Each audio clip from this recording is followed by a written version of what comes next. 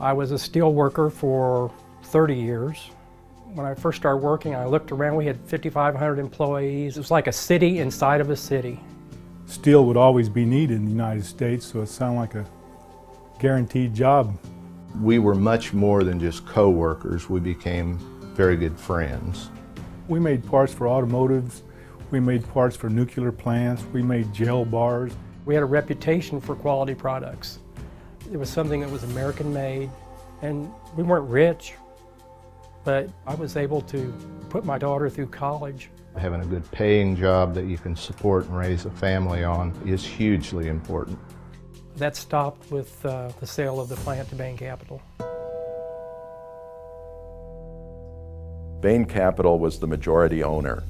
They hired the management, they picked the board of directors, they were responsible. Mitt Romney was deeply involved in the influence that he exercised over these companies. It was like going to war every single day.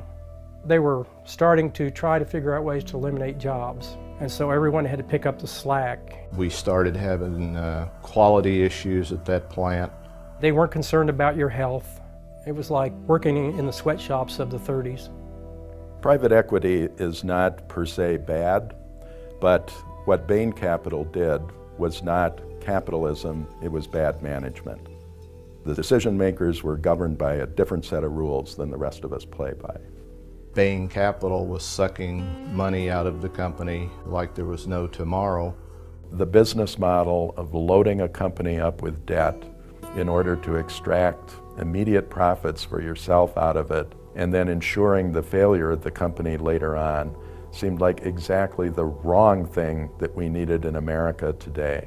They issued $125 million of bonds, and out of that $125 million debt, they paid themselves almost $40 million. It was like a vampire. They came in and sucked the life out of us. They made as much money off it as they could, and they closed it down. They filed for bankruptcy without any concern for the families or the communities. Bain Capital went to the bankruptcy court and sought elimination of the pension plan and termination of employee and retiree life insurance and health insurance. And having to be the one that told them that they were not going to get health insurance anymore, telling them that their pensions were going to be reduced by 50 and 60% in many cases. Those are among some of the most painful experiences of my life, standing in front of hundreds of people in their 50s, 60s, and many of the retired steelworkers came to those meetings, so there were people in their 70s and 80s as well. I personally saw the last heat of steel go through the furnaces. It was like watching an old friend, you know, watching an old friend bleed to death. This is what's left of the plant. No rod mill, no melt shop, not much of anything. They came in, they destroyed. You know, you look at this and you just feel amazed that there's nothing, that the steel business is not here anymore. I went out every day for 6 months and I looked for a job. I had a friend that hired custodians, and so I got a job through him with the Penn School District at considerably less money, probably 1/3 of what I was making at the steel mill. We lost all of our health insurance.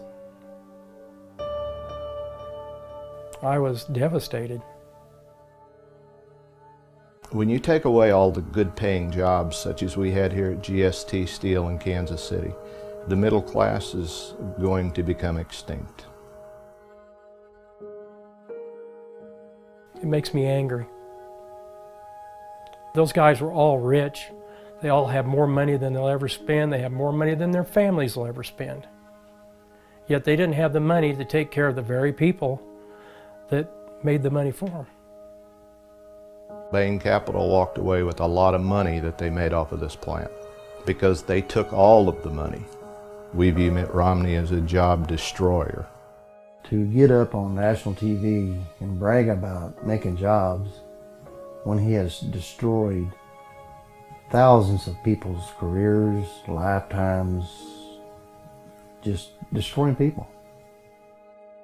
When it is a business model, and when it is deliberate, and when it is a thought-out strategy on how to take the value out of a company in a reckless way and hurt others, and you then become a proponent of that strategy and talk about it as if it's the soul of capitalism and literally the soul of America, I think nothing could be more offensive.